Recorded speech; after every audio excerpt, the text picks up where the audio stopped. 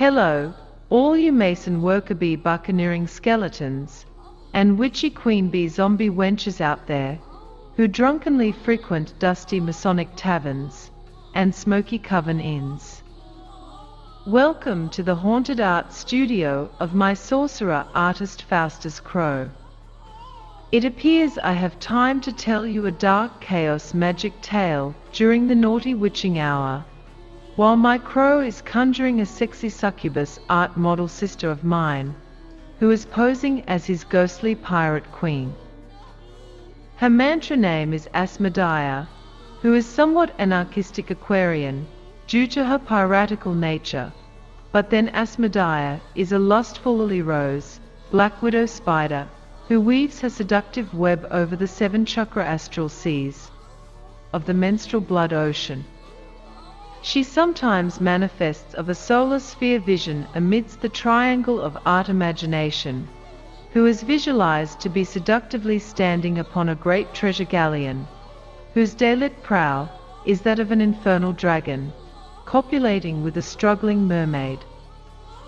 Her treasure galleon is crewed by near-naked, salacious ghost girl pirates, who are all sexually inclined schoolgirl witches, having pointed ears of cats, which is at times rowed by enslaved legions of lost girl nymphette kittens, who are chained to their oars by a golden chain threaded through their lolita clit rings.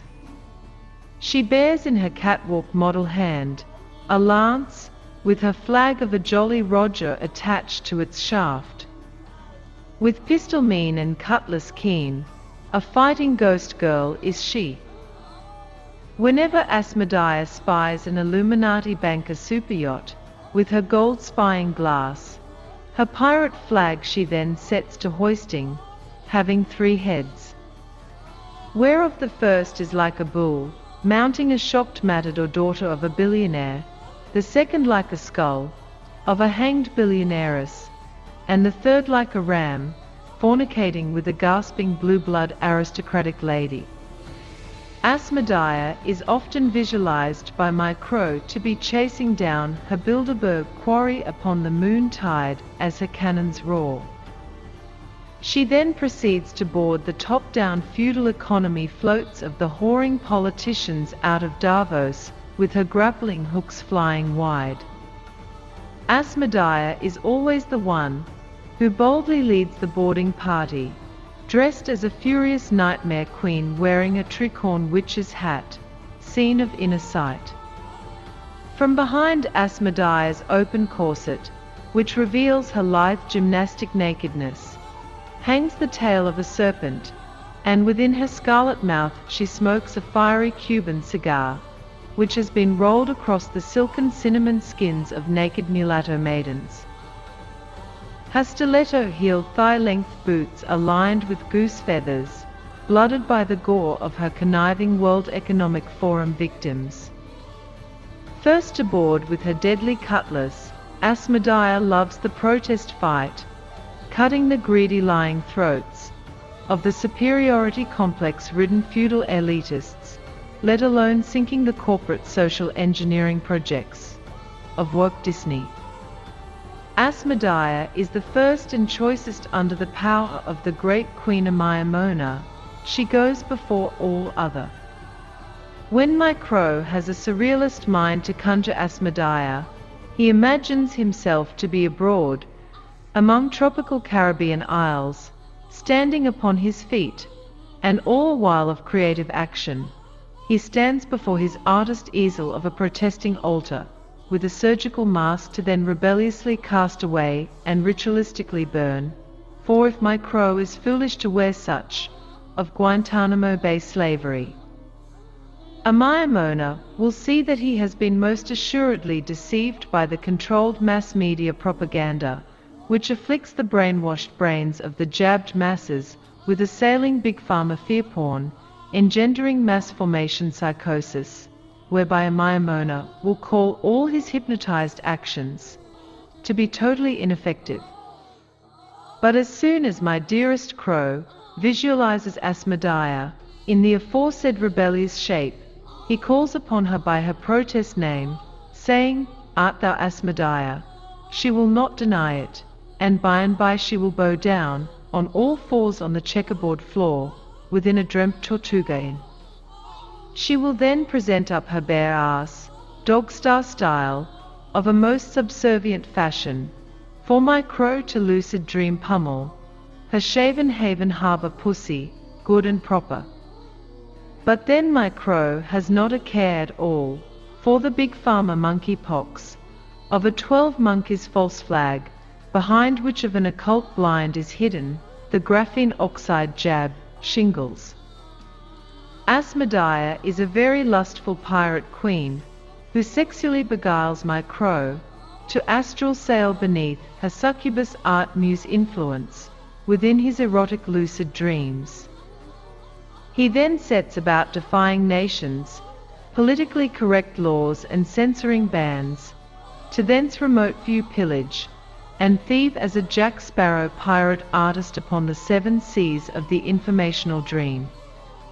Though such piratical thievery is in actuality brainstorming synthesis, Asmodaiya does inspire, of invisibly fighting against ring pass not cultural constraints, which cancel culture censors the creative imagination.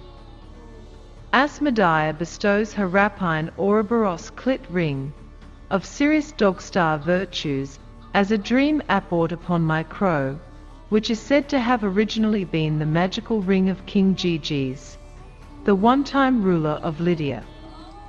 The land of Lydia was an Iron Age kingdom of Western Asia Minor, located generally east of the ancient Greek colony of Ionia.